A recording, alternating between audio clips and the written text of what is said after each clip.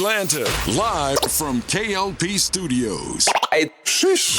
Ever wonder what went down behind the scenes of our top stories? Say what? Then tune into What Had Happened Was, the only radio station that takes you straight to the source. From coast to coast, tune in now as we dive deep into the stories, the drama, and the moments that shape the culture with The swanky one, new K.L.P. and With your girl, Evelyn Letitia. live, Swanky 93.3 and the Heat 94.6 radio stations, or wherever you get your podcasts from. Hey, we back. She got the things moving, y'all. Them things and thingers. Oh my God. Hey, Y'all, welcome back to another episode of... welcome back. What happened was, Yeah. Hey, It's your girl, the one and two's Evelyn Letitia. With my boy, K.L.P. Ladies and gentlemen, welcome. Yo. what had happened was, We back. what had happened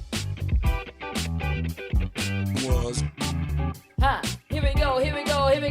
what had happened was, Ladies and gentlemen, boys and girls, welcome. We hope y'all ready for another exciting podcast here today. Ladies and gentlemen, this is what had happened was, the What Happened Was podcast. I'm your gracious, highly favored, humble, blessed to be here, and in great spirits. K.L.P. Kennedy Lucas here, and to my right, Let them know. the wonderful. Woo. Have y'all bought your Kenmore device yet? They better. You better. Evelyn Letitia. To my right. It's been a very, very fantastic episode last week. If you guys missed it, go check it out on any audio platform you get your podcast from. We're talking iHeartMedia, a big sponsor there. Spotify, Apple Podcasts, and if you're watching it Yes. on Facebook Watch, Watch me, baby. Spotify for video, YouTube, we thank y'all for that as well. Now, see how I'm slowing down? Because this is highly anticipated. Mm-hmm. We reach, Evelyn, over 1,000 followers on Instagram. Yes. We thank y'all for that. And still counting, too, because that has been a goal of mine to get a high number for us followers there. You guys make that thing happen, and I'm very, very happy about that. And our numbers were still trying to climb. So again, follow us. It's WHHW Radio 1. Again, that's WHHW Radio 1. That's the What Happened Was official Instagram now. Mm-hmm. Evelyn, it's been a week since we did our last episode. It's been a week. And you came back to the studio from a long, busy time, and I just got to catch up with you. How you been? What's been going on? I've been doing good. So, just, last week opened up another show that I did the set dressing and props for, which is a $1 Million Quartet in Greenville, South Carolina at Center Stage downtown. If you've never heard of it, it's a musical. It's based off of the one night that Jerry Lee Lewis, Carl Perkins, Johnny Cash, and Elvis Presley all came together one night, December 4th, 1956, at Sun Records. The owner of that was Sam Phillips. He's the one that kind of discovered these guys. And they all happened to be at the studio at the same time, the one and only time ever. And so we called him the $1 Million Quartet. And they had these impromptu jam sessions that night. And he recorded these. So you can go on YouTube and actually listen to some of the live music that he recorded while they were doing these jam sessions. But that's what the show is about. Hey. And the guys that are portraying these entertainers, they're a phenomenal group of guys. And they actually are playing, real life playing. And so that opened, and that was dope. Got some other stuff coming up. I just got back into Muay Thai, kickboxing fitness and classes. Wow. I'm training. I am sore. I bet you are. Let me tell you something. My back, because I've been strength training, right? Yeah. But there's certain smaller muscle groups that you don't really know you're missing out, working out, until you are throwing, certain punches and, kicks. And I woke up and I said, oh, my back.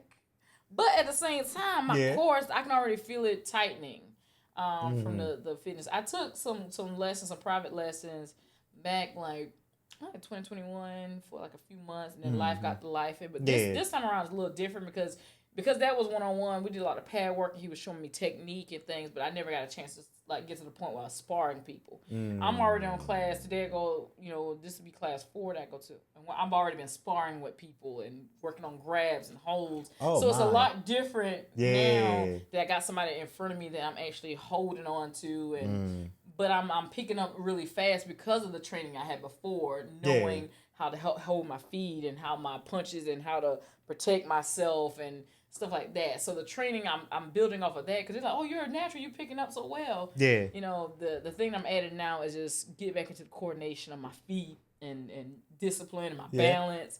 Because when I had to throw some kicks that I had to hold, baby, the way the top of these things was like tipping me over, I was like, oh, girls, hold me back. Push back this way. So that's been fun. Just trying to stay healthy, trying to stay fit. Yes. Tell me in your life. What had happened was lately, we're still filming Dear Isaiah. We're actually in the editing phase now, I believe. Okay. We've got some good things that we've been cooking up. Scenes, interviews. So I said it last week, but Dear Isaiah is about spreading sickle cell awareness. We have our producer and family friend, Tony Stewart. His son unfortunately passed away 6 years ago due to sickle cell. So we're just trying to tell his story and just kind of spread the awareness of sickle cell awareness. I think this is going to be our big movie, the big one. About to do y'all big one. About to do our big one there. The Lucas Brothers pictures, by the time you guys, I've been uploading clips of some scenes, not every scene, but some scenes from the movie, that animated movie. It's a comedy animated movie where I'll be playing myself. But it's funny because I'm acting my most kookiness in this movie. This is another one for us for Kennedy Lucasfilm. So that's on its way out very, very soon. Podcasting is going good. Of course, our show here, K.L.P. Aftermath, Bro Code Podcast has been going.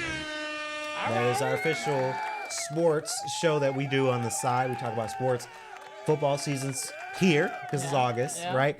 I can't wait for that, to see what we got going on for that as well. And medical companies going really, really, really well. Chicago was a few weeks back, so I can't really talk too much about it now, but that was always a fun trip. Yeah. So that's what's been going on with my life. Staying in the gym. Shout out to Crunch Snellville. Y'all know who you are. The people that listen. Staying healthy and being blessed and highly favored. Yeah. And just having you here in the studio, it's quite amazing. I am a blessing. Yeah, it is a blessing. Let me tell you. It's a blessing to be in your presence as well. You are such a cool vibe, and I appreciate the man that you are, and the businessman that you are. I try to be. You do great. You did great. Yeah. Yeah, we're coming up in 1 year. Yeah, this was a match that was made for us. Yeah, it was something that needed to happen because I had been wanting to do podcasting for so long, and I actually at one point was doing like live sessions, which I'll go back to doing some live session on my own, but this feels good, the collaboration and everything like that. And like I said, I met him at another friend's premiere that he did. Yeah. And just, I keep my business cards on deck. Yeah, she did. Yeah, she did. I was like, that's collab. Because people say that, like, oh, let's get together, let's work. But we never do. Yeah, they never do. We did that and contacted each other, and we was on it. Like, I said, hey, when do you want to start? Yeah. What's the name of the show? When next week? Okay. Because I get people all the time say, oh, I want you to work on this, and they may call me and tell me about it, and I say, okay, well, let me know what the dates are. Send me the contract, and then boom, radio silence, nothing. And I'm in a position now where I have so much of my projects that I have started but have not completed, or haven't even, like, ideas I haven't put down on paper yet because I've been trying to help other people. I said, Evelyn, you got to go back in selfish mode. You got to get your stuff together because waiting on people that say they want you to be a part of their project, but then they go radio silent is counterproductive for me. So once somebody reach out and I say, okay, bet, we talk, whether we talk on the phone or via text or email, after I tell you to get me the dates or give me the contracts and stuff like that, and you don't, I am not waiting on you. So if somebody reaches out to me for an opportunity and they, give me all what I need and I lock that in, baby, you either going to have to move your dates around if you want me, but you can't have me anymore because I'm no longer available. Right. And I had to quit making myself so available to people who act like they can't even just, So and there's no hard feelings or nothing. I just like, once you tell me and I tell you what I need, the ball's in your court. Yeah, it is. Yeah. It is. Hey, let me tell you, you got to be selfish in this industry. Sometimes, right? Selfish. Yeah. You got to be selfish sometimes in this industry, because it is something that you got to build for yourself as well. And I will say this too, because I have worked with people that genuinely wanted to work together, and we worked together, and it worked really well. And it just, I like it when content creators and podcasters and broadcasters say, "Hey, let's work on this," and then we actually do it. Then it's like, okay, I can trust you that we got something that we're building up. It has been to where, hey, let's get together, but then it's, because I have friends like that now. Hey, I need help with this. I'm like, okay, when? Let me get it together. Okay. And then it'd be months later. Contact me when you got your budget when together. When you got it ready. When you got things like locations, you know what you want to shoot, where you want to shoot. Yeah. Like, unless we are in the ground stages of building this thing together, that's different. But if you come to me and say, I got this project, I'm ready to shoot, make sure you're ready to shoot. Yes. Don't come to me telling me you're ready to shoot something and I'm asking you questions that you have no answers for. Yeah. So who's your cast? Oh, well, I haven't cast it yet. Okay. Well, where's the location? Well, I'm still looking for location. Do you have enough crafting? Do you have, don't come to me talking about you ready to shoot and you have not done your pre-production stuff. Done your homework, yeah. I just did that recently in the last few months. Never again. Never again? Never again. Nope. Never again. And I did it non-paid. That would make it so. And nice. And I rarely do non-paid. I believe in the project that much. The project itself, the script and everything was great. Yeah. Execution, in my humble opinion, could have been 10 times greater. There was a lot of time wasted that didn't have to be. But lessons learned. Won't be doing nothing free no time soon. Yeah. Let me tell you that. Yeah. I pulled some hours. Yeah. But what we got to talk about today? Speaking of who not putting in the hours, Miss Kamala Harris ain't putting in no more hours. Get somebody else to do it. Yeah. So latest news, guys. So Kamala Harris stated in reports and news that she will not be running for governor for California, which, let me tell you something. I kind of look. I agree with her reasoning is simply because Kamala Harris, number one, she says she's done.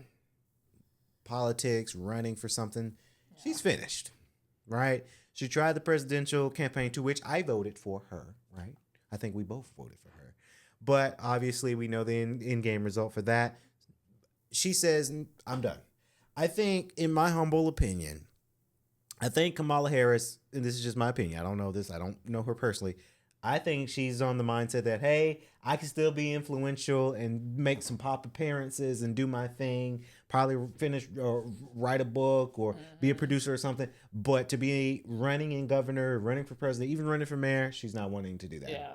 Is what I feel. And that could have been why she didn't want to run for governor of California. Now, California is a great state for sure, but it's a lot of work. It's a lot of work. It's a lot of money. It's a lot of traveling. It's a lot of debating. It's a lot of things that go on to running for an office.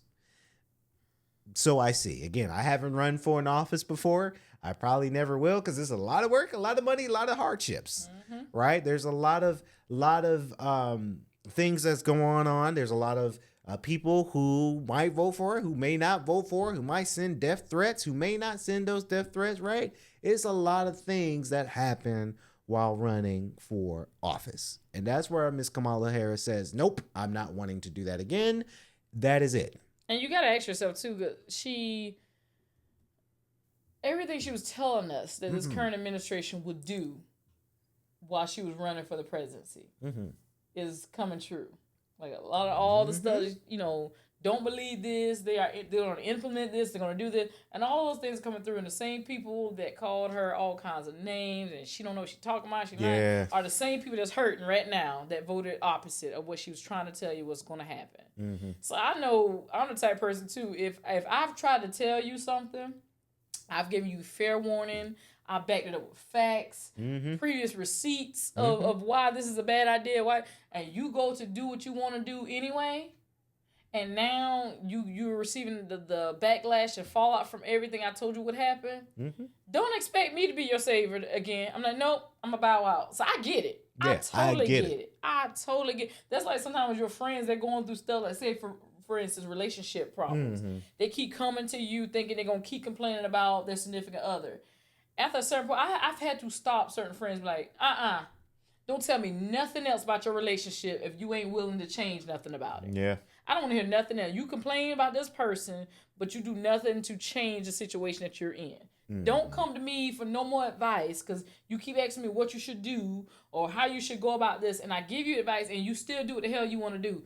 No, I'm bowing out. Don't come back over here. Do not come back over here with this mess. So I get it. I get it. Totally get it. Now I do hope that that whoever does run, mm-hmm. that it's a sane person, because clearly our government, child, we the laughing stock. Like I just, mm-hmm. I feel like we're living in a twilight zone. It's so crazy. It is crazy out here. It is. It's like I went to a public school system, right? Mm-hmm. And so, we were taught about world history and U.S. history, but it was very limited, right? Mm-hmm. A lot of the stuff that I learned about the truest U.S. history and Black history and anything in general, world history, I had to learn that in college. Yeah. Like, the way we celebrated Christopher Columbus from elementary school all the way to senior year in high school, I didn't learn that one of his captains had a journal and wrote all kinds of stuff that they did to the people and with great detail until I had like an English 102, something like English 212 or something class like that in my sophomore year in college. Mm-hmm. And the horrific stuff that this person, like there's a lot of stuff I didn't learn till then. Yeah. But the stuff that we did learn how dictatorships can rise and stuff like that. We learned about Hitler and stuff when I was, public schooling. And so we got the blueprint of how these societies can spring up.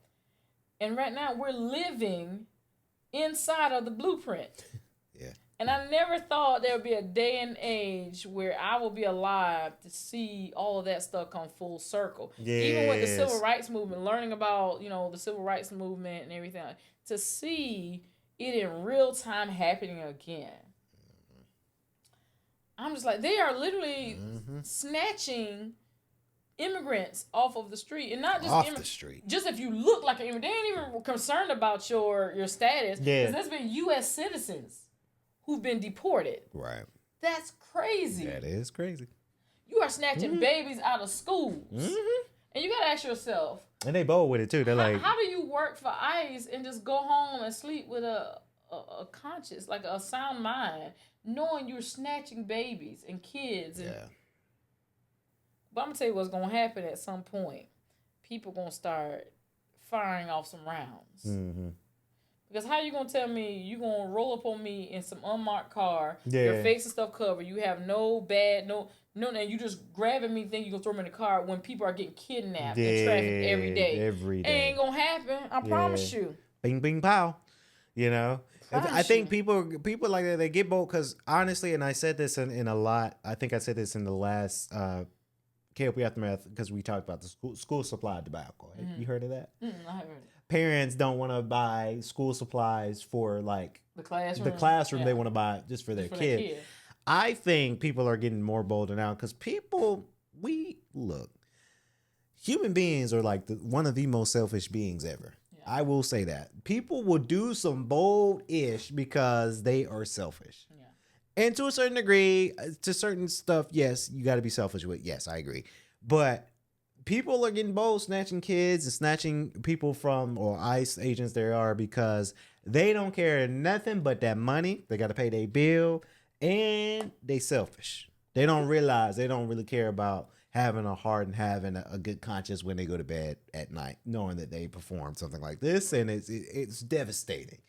But people don't care. Well, this is the thing. You're not going to convince me that every ICE personnel doesn't have somebody who's in their family that's illegal. Yeah. And the same way you snatch at people, it's going to come full circle to you too. Yeah. I agree. Your family going to get snatched. I agree. I believe in good karma and bad karma. Like, if you perform bad, it comes around sometimes. Yeah. That's just, I never thought I would be seeing this kind of stuff, you know. And I see it. I see it a lot, and it is sad, and it's sad for us from the outsider looking in because there's not. I mean, obviously, there's not much I can do, but just talk about it on a podcast, right? So it's really sad to say, and that's probably why again Kamala Harris, she said nah. And she was former vice president of the United States, obviously. Yeah. So maybe she's tired. Maybe she said, "Nope, I've seen it all. I don't want this." Yeah. Because mentally, you got to be mentally, physically, emotionally ready for a job like that. And if you don't have those things, if you're not physically and mentally ready for office, then you're not gonna run. And that's probably what I see for Kamala Harris. I also see that she has a husband, right? Mm-hmm. She has a family, so she has to really consider her family. And how important it is if she were to be governor, how the importance of her family, her husband, to keep them safe, right? Because there's still hate. No matter, California's a great state for sure. There's hate everywhere we go, right? There's no state that doesn't have racism. There's no state that doesn't have bigotry. Every state has racism and bigotry somewhere, right? Nowhere is really safe. And that's probably what that's most likely what she's seeing for that. Like I say, I commend her for not running. I get it. I understand it. She could just continue to be a district attorney. She continue being influential. That works. It sells. It makes money. So I get it. I really do get it for her as well. Now, shifting gears here, E. Let's shift. We're shifting to the coastline. Oh, yeah. So sadly, I have a couple of friends that are traveling to Hawaii this week. And, you know, it's vacation time. It's the end of July. Well, it was the end of July. It's August now. And, you know, they're wrapping up the summertime. Everybody's getting ready for that fall season. And unfortunately, tsunami waves have reached Hawaii on the West Coast. Yes. Historical, powerful hurricane struck on the coastline there. Very, very sad for that as well. Evacuations have been ordered when the tsunami was hitting. I felt really bad for the people of Hawaii. I am still debating on if I want to go to Thailand or not for my 30th. Thailand did sound good, but that plane ride is long. So for my big 30th, so I was like, okay, Hawaii's nice. I followed another YouTuber. She went to Belize. I might want to go to Belize because that place looks amazing. So I'm still contemplating on where I want to go. Hawaii is a place I've never been. My parents been, but I've never been. I haven't been. My brother lives there. But I've never been. Thailand I have been to. And it is a long flight. It's a long flight. I'm debating that. How did I get there? So I drove over to Charlotte and I parked my car at a friend's house. And so I flew from Charlotte to New York. It was like a 2-hour drive. Then I flew from New York to Hong Kong, which was like 15 hours up in the air. And then when I got to Hong Kong, China, I flew another 3.5 to Thailand. So it was a long flight. But I did on the flight, I watched every movie that I didn't get to see for the Oscars that year. Every nomination I got to watch for free on the flight. Yeah. So I was watching. And then my 2 seatmates that was with me, we were some good seatmates. Like these, I always get a window seat. Because I know before they even start giving directions out, I'm already headphones on. Yeah, not that. Baby, I've been on the plane to know. If the little thing drop down, put your mask on first before you help your partner. Yeah. I know if we got to go out and slide down this little ramp, just go ahead and go. I know that your seat underneath is a floating device. I know the rules. I know the regulations. So I go. I mean, knocked out. Yeah. But we was good on my flight. Like, I was the window seat. Is a lady here and a man here. We were so in sync that whenever we had to use the bathroom, it was all 3 of us at the same time. And so and this was a huge, with those bigger, like longer flights, the plane is a whole lot bigger than the commercial flights that you used to. Yeah, and then, so there's a lot more bathrooms, but we would always get up around the same time to go use the bathroom, so it wasn't somebody climbing across you like back and forth a lot. That would annoy me. When the seatbelt sign was off, you could walk the plane, stand in the back. There's some room where you could stretch your legs and stuff like that. Yeah. They gave us, I think we got three meals on the flight. Like it were hot meals too. Like I don't know, because that was my first like international flight that was that long of a trip. Like I had been to like Jamaica and Punta Cana Been to Punta Cana. and the Bahamas and stuff. Yeah. But this was the first like long flight. So I was still expecting like, oh, they're gonna give us some chips and soda. They brought us out some steak with mashed potatoes and stuff. Oh Oh, my! Hold on. we got a full meal, and then like we had some noodles where you get some hot water and pour in a little cup, and then you get as many as you want. And it was like, I was like, oh, like China where I was ordering stuff back there. Yeah, now I got to see what kind of flight you did because I don't know. I'm still dating. I mean, I got a year. I was right? I might say this name wrong, but the airline was Qatar. It was Quatar, I think. Qatar. Yeah, yeah. My friend flies there when she went to Pakistan and went to. It was very nice flight. I think the next time I fly international, that long of a flight though, because I'll be watching some of these videos online. Mm-hmm. I think I want to do like a first class where they got like the bed and stuff. I would throw some money for that. I really would because. And then it would be like if I went with somebody, we would have that together. Yeah. Oh, ain't that cute? Yeah.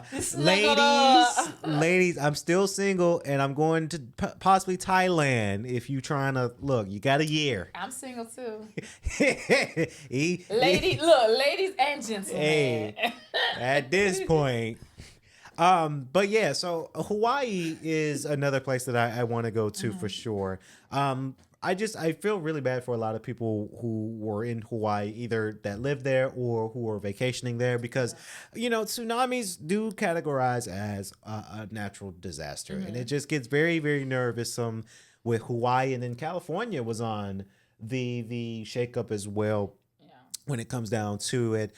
So they say here that it struck on the Russia's coastline.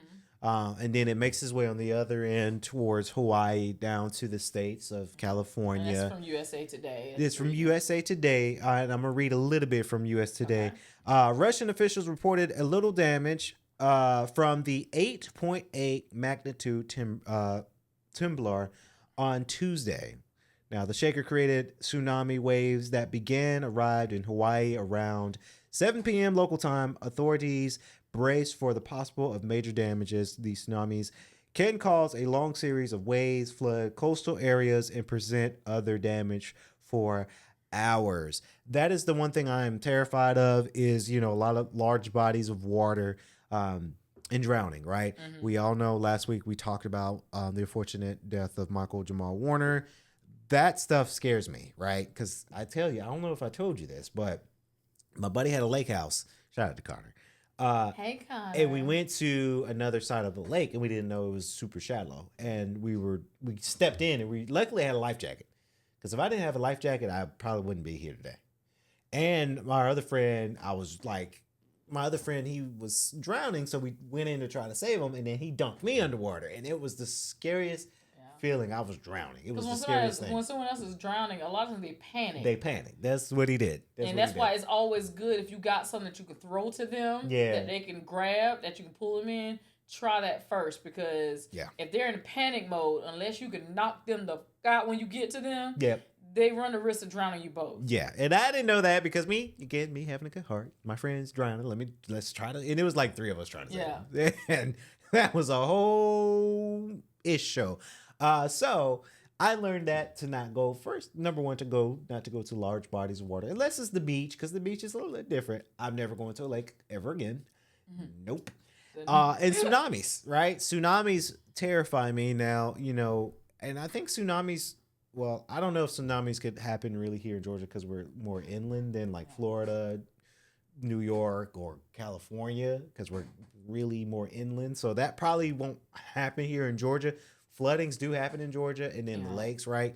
Like if it's hit near Savannah or somewhere like the coastline. Yeah, the coastline, then I would feel some sort of nervousness for that as well. Tsunamis, they terrify. Everything terrifies me. Tsunamis, tornadoes, hurricanes, snakes. I went to Chicago and there was this lady that her attraction was she was on the street. She had these snakes and she's like, "Yeah, you can pet it." It's like, no, I went way on the other side. All right now. Keep that over there. So reading more from USA Today, less than 4 hours later, however, the risk of Hawaii has downgraded from a tsunami warning to an advisory. So by that time it went down, which was dropped in the morning. There are no reports of serious damage in coastal areas of California, Oregon, and Washington. Also canceled their advisories as well. To the people who travel to Hawaii, hopefully you made it back safe by the time this podcast has aired. Very, very scary times. Very scary times. And of course, you know who owns a little property down there though? A lot of property. Oprah Winfrey. Yeah. There's a huge scandal going on, an outcry, because where Oprah owns land, there is a road that kind of cuts through there that would allow people to get to higher ground, you know, a lot quicker. And so there was this huge backlash of people online saying, you know, Oprah Winfrey has her road blocked off, so people having to take a long trek around to get to higher ground, which had the highways kind of gridlocked. And these people, that there was sirens going off, like leave now, and they're gridlocked, they can't go anywhere. So finally the road was open, but according to the Guardian, so it was false that Oprah owned this particular road. So the title says, no, Oprah Winfrey didn't block access to a road in Hawaii amid tsunami warning evacuation. So the claim was Winfrey owns the road and refused to allow public access for residents trying to reach higher ground. The fact is, this is false, according to the Guardian. It says, despite being commonly known as Oprah's Road, the portion of that road is privately owned, but not by Winfrey. The road belongs to, and I might say this completely wrong, Halekalea Ranch, which is a 30,000-acre property spanning the southern shoreline to upcountry Maui, which has been family owned and operated since the late 1800s. So this private road connects a public roadway with the highway on the island's Oceanside. So there was people trying to get from Oceanside to the higher up. Higher up, yep. Winfrey has an easement agreement with the ranch, which allows her to use and make certain improvements to the road, which is what her representative said in a statement. Winfrey has paved that road as a part of that agreement with the ranch, President Scott Medill said.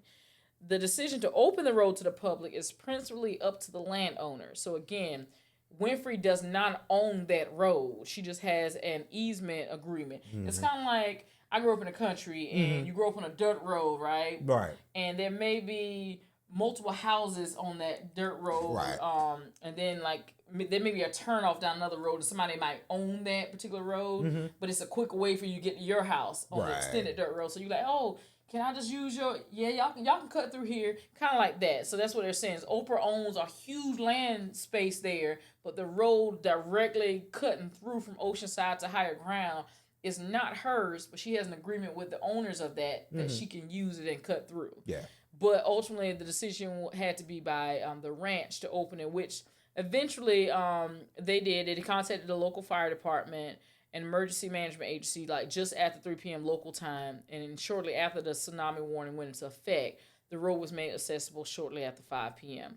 It says that our ranch personnel assisted in the evacuation of around 150 to 200 vehicles until the final group of cars were escorted up the road at 7 p.m. So people were eventually able to get out, but like the internet went crazy on Oprah, saying Oprah doing it. And you know, part of this, it says, why did this false claim come to surface? Well, a lot of it has to do with a lot of these rich celebrities are going and buying all of this land in Hawaii, which is displacing and pushing out a lot of the residents there. And so she was an easy target, you know. Yeah. You own this whole huge land, of course you own the road. You would think that. But she yeah. didn't. But that's why it makes it. It says some residents, Hawaii residents, have long expressed frustration with the large swaths of land, wealthy public figures such as Winfrey that have advocated against short-term rentals that dot the region and worsen the already low housing supply. So that's why she kind of got this backlash there. But they were able to get everybody out once the road had opened up. Yeah, I agree from the residents of Hawaii, because it is a such thing as, if you have a community with large land, you want to build homes to preserve the land and to have more traffic flow in that area, then that part I get, because for the economy, that's good for the economy, right? Yeah. But then you have Oprah. Oprah's good. We love Oprah, right? You can buy a big plot of land, build a house there, and say, "Oh, I own all of that." But then you're not preserving that. You're not building more space for residential Hawaiians, for an example, to live there. So in that case, I completely understand that. I do think too, we're the economy, right? If I was a public figure and if I'm $150 million up, I'm gonna go to the average Joe that might be struggling and say, "Hey, I'll give you $10 million for this house and all that space you have." They'll be willing to say, "Okay, yeah, we'll sign because it's the economy. Things are more expensive. I'm gonna have to sell it because I can't afford to keep the upbringing for that plot of land in my house that's there." So I get both sides of that.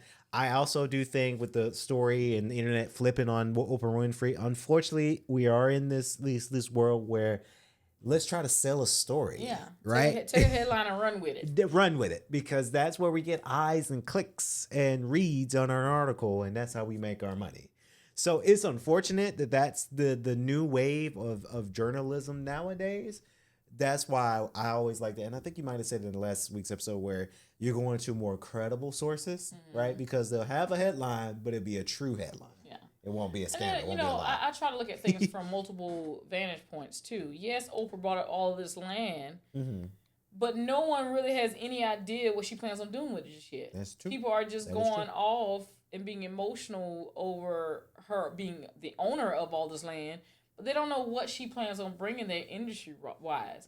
Imagine when Tyler Perry bought that old Confederate base, Army base, that is now what we know as Tyler Perry Studios. Yeah. When he bought up all that, I'm sure plenty of people, why he buying that up? Why he done? Everybody have all the stuff. Look how much revenue he has bought into that space in Georgia. How many people have been put into work? Yeah. From acting to production people to housekeepers to people who build, and then he's still expanding. It's like, so it's like people are so quick to jump and be mad and have no further information on what's going to be done. Now, if Oprah just bought this land just to buy it and flex and say, "Oh, I own this land in Hawaii," and don't do anything with it, don't do anything to stimulate their economy or give back to the people, then yes, she deserves every bit of a slapping that they're giving her right now across the internet and to come. But y'all don't even know what the woman plans on doing. Yeah.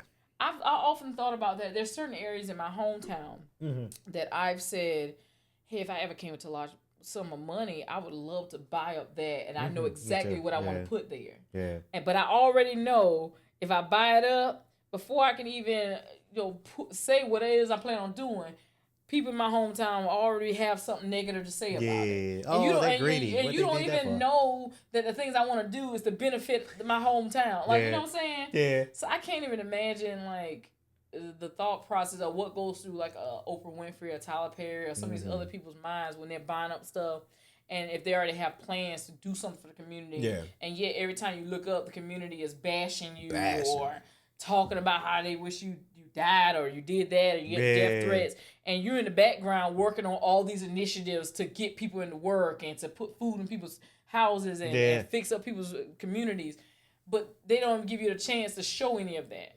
Like, so I was like, man, temper your emotions until you know what's going to happen. Until you know. Yeah. Like, right? Yep. I agree. Tyler Perry getting people employed. I would have fired so I watched Divorce Sisters. And the last episode, not this week, but the last week's episode, the sound guy forgot to cut his voice out. So there's a scene in there where he says, "And action." Oh yeah, somebody posted that. No. But you know what? That's not on the sound person. The director or the editors, maybe. That goes to the editing, because no one, like, y'all edited this and sent it out. No one caught that. I know. In post production, like even BET didn't catch that. I'm like, so nobody heard that, And that's another reason why you have to make sure your camera and your sound is speeding. Yeah. At a certain time, and then let the action after your director says action. Like, yeah. I was like, I caught that because I was watching it and somebody shared it on social media. I just heard. I was just watching. I was cooking spaghetti and I heard "and action." I'm like, what? Whoa, what? Yeah. And then I did a double take, like, oh no, TPC, they got you. Like push in right here, push in. Push in, pull. Like, come on, like, guys. oh Come my on, God. guys. Yeah, so that was funny. But like I say, to everybody with Oprah Winfrey, with her with the private role situation, hear her out first. Like I say, it's an easement agreement. She don't own it, right? Let's not be so critical on Oprah Winfrey quite just yet, right? Let's just say it. But to everybody out there in Hawaii, God bless you. Hopefully everybody is safe. Anybody, I hate it when natural disasters come around. Yeah. Whether it's a tsunami, whether it's a wildfire, hurricane, we don't, it's very, very detrimental. And speaking of detrimental, there's this thing that happened in Virginia City. You want to know what that is, E? What happened? What had happened was So, Virginia City Councilman member Lee Volger, age 38, was attacked at the office of the local media outlet.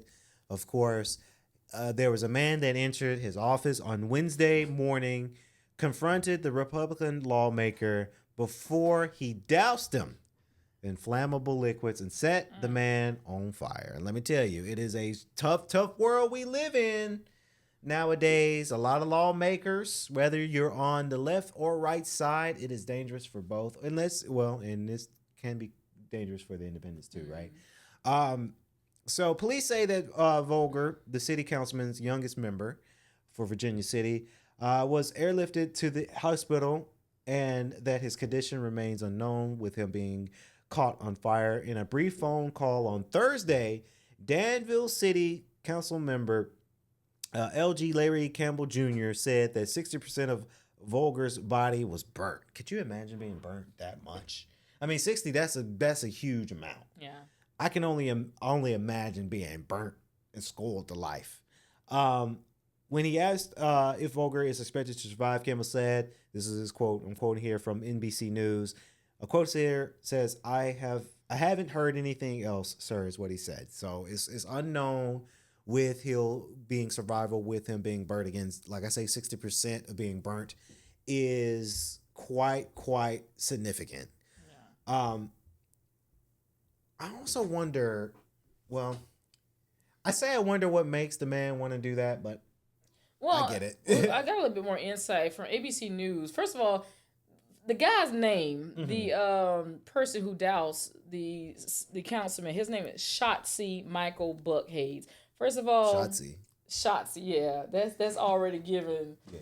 You did it. Yeah. Shotzie did it. Shotzie Michael Buck Hayes was the one. And supposedly it says that he hit the councilman with this flammable liquid, and then both of them went outside where Buck Hayes allegedly set Vogler on fire. Then he fled the scene. Buck Hayes fled the scene and was caught a few moments later or whatever, right? But it says it appears Vogler and Buck Hayes know each other, and that the text stems from a personal matter not related to the victim's position at the Danville County, at the city council, or any other political affiliation. So it sounded like this was something personal. Of course, we'll probably find out more on what that personal issue is, but it says that Buck Hayes was charged with attempted first-degree murder and aggravated malicious wounding.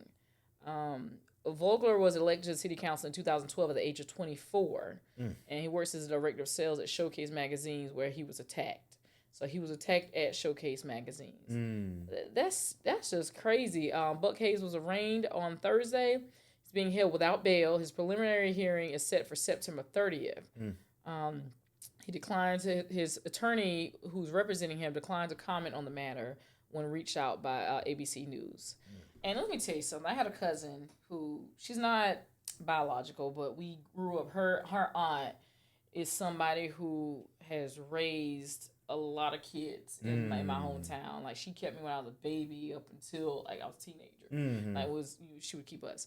But my cousin was unfortunately burned in an accident. You know, her older brother, they're a few years apart, but he poured gasoline or something on like a fire ant bed trying to, like, you know, extinguish that, and some of it got on her. So when he lit it, the fire. Said, Yeah.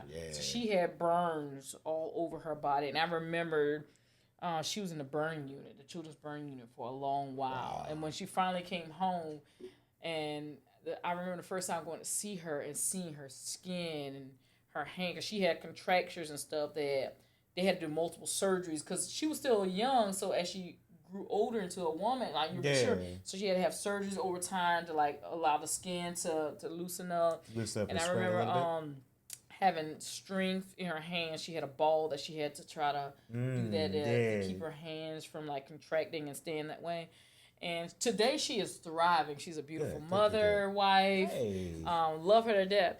But I remember her body being that's the first person I've ever seen burned up close and personal like that, and like severe burns. So I can only imagine that what this young man went through with being burnt. That's crazy. Scolded. That's crazy. That is crazy. Craziness for sure. I want to say that it is sad that things like this happen on a personal level. I couldn't imagine if I had some personal beef with somebody, I wouldn't want to burn them alive or kill them. I would try to resolve the resolution peacefully and more of a conversation. But you'd be surprised that people are crazy enough to do some strange things if there's some personal things that are affected. I'm not a violent person. I will always say this, and I'll die on the hill saying this. If it comes to any of my nieces and nephews, and you hurt them in any kind of way, y'all might as well go ahead and prepare a jail cell. Y'all might as well go ahead and get my bed ready. Yeah. Go ahead and put my favorite snacks in there because I'm going to be there a minute. I would, and I'm going to be there for a minute. I would be like that for my family members. If my family members got hurt by somebody, like physically, yeah, we fight. Yeah, I'm going to jail too. I'm gonna put if you behave like a rabid dog to my niece and nephew, stuff like that, I'm gonna put you down like a rabid dog. And I say that with no kinds of confusion. I want you to hear me very clearly. That is not the route you want to take with me. Hear he. F this freedom at that point. Yeah. Get my bed ready. Okay? put me some sunflower seeds in my room. A little bit of popcorn. Like get me. Baby, I don't plan on getting out. Get myself ready and let the inmates know when I come in there. Don't F with her. Cause she ain't got nothing to lose. Yeah. She in here because she had nothing to lose. I saw your character. I'm one of the most gentle people, but I am fiercely protective of my nieces and nephews. Baby, don't try me like that. Y'all think Scorpios are evil? I'ma show you evil. I'm not even that type of person. Baby, ooh, let me find out. You did. And you doing kickboxing too, so you could. Child, that's one thing when we're sparring, I have to tell myself, hey, we're sparring. Don't because my body physically wants to go into I'm gonna put you down, and like we're sparring, we're not really fighting right now. Yeah. But if I had to get in a fight with somebody, like I know enough mentally when to stop once the threat is neutralized. Yeah. But until I feel like you're neutralized, the neutralization gonna keep happening, right? So I'm just like, I've been in a fight before. I've been in 2 fights. One fight I won. The second one, no, I got dog beat out of me. Not like I had to go to the hospital, no, but you learn to cover your face a lot from that fight. But then the other fight, I just it was quick. It was like 2 minutes. It was really, really quick. I don't encourage fighting, guys. I don't. But we don't encourage fighting. Nah, but again, I'm gonna be in a jail if you mess with my babies. But circumstances. Those circumstances is what happened. I'm gonna be in jail. Circumstances. Speaking of going to jail, our last segment here, NFL is on the way. If it haven't, it's getting ready to start this month of August. Can't wait for that. Oh man! But something happened in New York, NFL headquarters. Yes. Coming from ABC News, the man opened fire on Midtown Manhattan office building of the NFL headquarters, fortunately killing 4 people, wounding a 5th person, claiming he suffered from CTE. Those are police sources that told the ABC News now. Shane Tamora drove, and he's coming from Vegas too. Drove across the country with a semi-automatic rifle, and then carried out mass shootings on Monday in the building that Monday that's home of the NFL offices. Officials have said it has been a gruesome shooting. A lot of NYPD officers were around the area. Now, Tamora entered 345 Park Avenue. That's where the NFL headquarters is at. Police said that he immediately opened fire on an NYPD officer and then shot a woman who took cover. He then sprayed the lobby with gunfire and shot a security guard on the elevator bank. Police said that police has said the gunman left a bullet holes in the large NFL crest on the wall by one of the elevator banks. I do got to say that I'm very sad about this because, CTE is serious, right? That's been something that NFL back in the day didn't treat as much back in the day, right? I think this is kind of like, this will be a little bit more of an eye opener for NFL if it's not already. It's very scary when it comes down to seeing a gunman, especially in New York City, right? New York City is a highly populated area. I did watch, I love Joe Budden, I got to reference them. I watched the Joe Budden podcast, the latest episode, and Mark Lamont Hill said that he was in New York. He was a block away from that with his daughter. And it was really interesting so he said on that podcast where a bird had crapped on his shoulder and he stopped by one of the convenience stores to wipe it off because he's a germaphobe, right? Which I get it, bird poop. They say that's good luck, right? And had he not do that, he probably would have been in that facility trying to duck and hide from this gunman, right? Yeah. So struck a luck by the grace of God to say, hey, no, don't go there. I'm going to do this, go this way instead, because something's about to happen that you don't know that's going to happen yet. What would you do? There's a surveillance video photo of this gentleman right in broad daylight. You see that rifle? And I'm trying to see, because I know, let me explain it to the audience. Let me see if I can do better than I did last week. So we're looking at a picture from ABC News. There's a gentleman. He's wearing a black pants, coat, and he has a assault rifle on his right hand. And what's interesting, you got people behind just going about their everyday life, just walking by. Strolls in there and shoots up the lobby. And he shoots up the lobby, and then it says eerie surveillance also video captured him allowing a woman to walk out of the elevator. He spared her from being shot.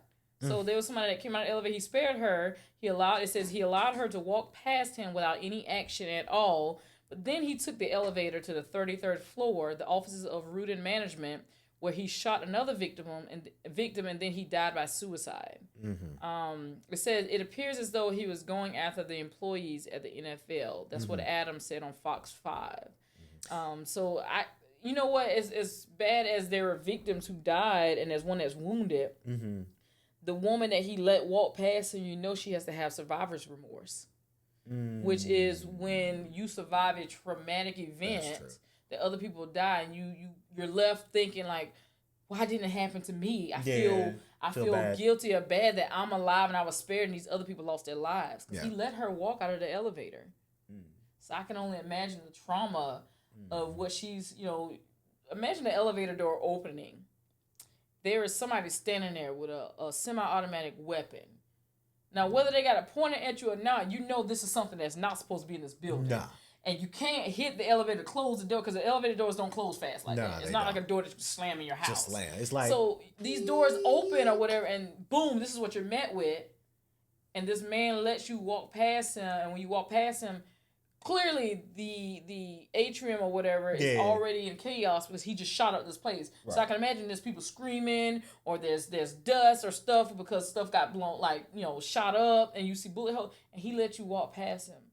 I can't even imagine what that feels like. And then to find out later that people died, and then he went upstairs and killed more people and killed himself, but he didn't shoot you. That is a type of pain I don't think I want to live and experience either. I don't want to experience it, but I think at that moment, and by the grace of God, I hope that doesn't happen to me. But if that happens and I'm there and I'm like, hey man, if he let me go, at that moment, I might say, okay, at that moment, because you don't know what to do. You can't fight this gentleman, right? Because you have the fear of not wanting to get shot yourself, right? I mentioned CTE, and he left a note. Yeah. It says CTE, chronic traumatic, and that's a long E word that is going to be. I'm gonna let because I might. It says butcher that. CTE, which stands for chronic traumatic encephalopathy. See, I tried it and I almost butchered that word. That's okay. He says, "Study my brain, please." I'm sorry. Tell. It's redacted. Yeah. It's tell someone's name or something is redacted. I'm sorry for everything. Yeah. And then it looks like he left his computer password and that's redacted as well, and it says CTE research. So I'm guessing if you get on his computer is what he's asking him to do. Maybe he has it pulled up already to the research that he found on CTE. And this was a handwritten note that was found in his pocket. There was something else. It says that it says there actually were two notes from the gunman. One page of the first note found in his pocket accused the NFL of concealing the dangers to players' brains from playing football in order to maximize profits, sources said. And then I'm kind of confused. It says that he, at 27, he played high school football in Los Angeles, but did not play professionally. He has no known connection to the NFL.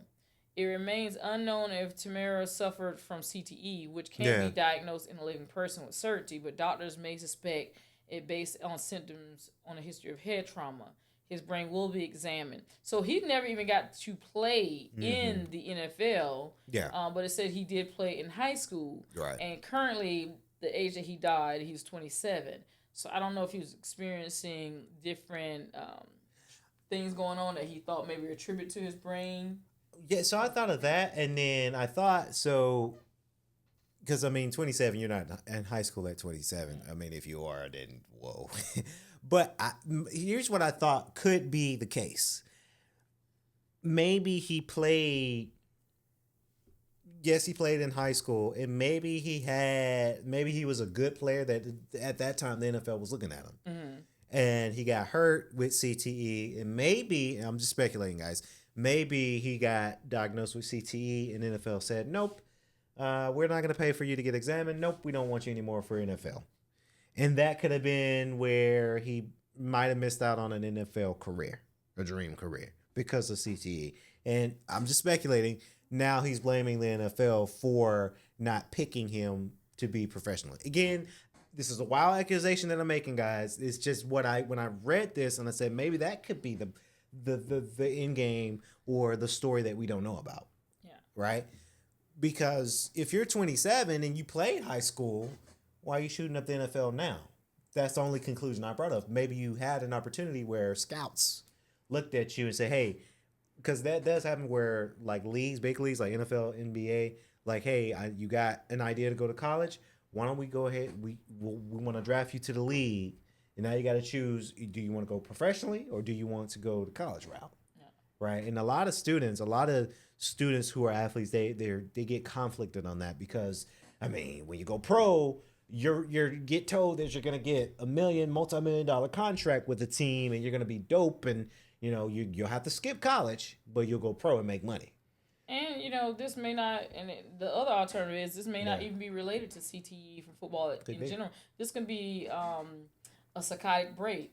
At this age in the 20s, we see a lot of people who have any kind of mental health breakdown that's abrupt or, in that general area. It happens in those mid to late 20s. Now, further down in the ABC News article, it says Tamura had 2 mental health crisis holds in his background in Nevada. One was in 2022, the other in 2024, law enforcement sources says these holds typically allow a person to be detained for up to 72 hours if they are thought to be a danger to themselves or others.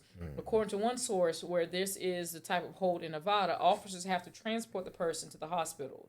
Once that happens, medical staff takes over and decide how long to hold the person. It says that his father, Terrence Tamura, was a retired Los Angeles Department police officer, according to LAPD, and he began his service in 1990 and served 27 years in the department. It said that he was in good standing with the department when he retired in 2017. I don't know if they added that to show like a background of the weaponries, because it goes on to talk about the weapon that he used, which was the N4 style semi-automatic Palmetto State Armory PA-15 rifle. It was equipped with a scope and a barrel flashlight. And it was similar to the AR-15 assault rifle and similar to a high-end power firearm widely used by the U.S. military in combat training. So he's previously had 2 different mental health crisis holds, and one being last year. So that's what I say. I wonder if this was related to CT at all, or whether this was Something undiagnosed, or maybe he was already mentally diagnosed with something that we'll find out about later. But it seems like he's already had some issues going on in his past previous to this. Yeah, man, that is tough. That is tough to beat. Very, very, very tough to swallow. You could be right. You could be right, because again, a lot of people who are going through a lot of mental crisis right now, because it's the world we live in. So to everybody in New York, by the way, God bless y'all as well. We hope the very best, because I love New York. I plan on being there in September for a new documentary, Fashion Week. Yeah, we coming. I love New York, so when I hear anything about New York, I get very, very, very, very sad. Yeah. But my blessings out there for sure. Well, I think that's wrapping up our podcast here today. Ciao. Yeah, we got an hour. We try to give y'all the hour-long episodes if we can. That's just the headlines we got there. It's always a pleasure to have you here. It's a pleasure to be here. Yes. Ladies and gentlemen, by the way, if you're watching us on any audio or listening to us on any audio platform you get your podcast from, thank you. We appreciate it. And if you're watching us on YouTube, Facebook Watch, LinkedIn, my LinkedIn, Spotify for video, I was like, well, I'm missing one. Yeah. Thank y'all. We love y'all so very much. Over 1,000 followers on Instagram. Let's keep that going. Let's keep it climbing, ladies and gentlemen. And we'll be back for another new episode of What Had Happened Was. What had happened was. Woo! We out, y'all. We out. Yeah. What had happened was. Hey. With your girl, Evelyn Letitia. And your boy, you know who he is. Mr. Kennedy. K.L.P. Lucas. Yeah. Mr. Kennedy. Hey. What? What had happened was. What had happened was. What had happened was. Yeah. Hey. What had happened was. Hey, and we are What had out. happened was. Atlanta, live from K.L.P. Studios. Shish. Ever wonder what went down behind the scenes of our top stories? Say what? Then tune into What Had Happened Was, the only radio station that takes you straight to the source. From coast to coast, tune in now as we dive deep into the stories, the drama, and the moments that shape the culture with The Swanky One, New K.L.P. and With your girl, Evelyn Letitia. live on Swanky 93.3 and the Heat 94.6 radio stations, or wherever you get your podcasts from.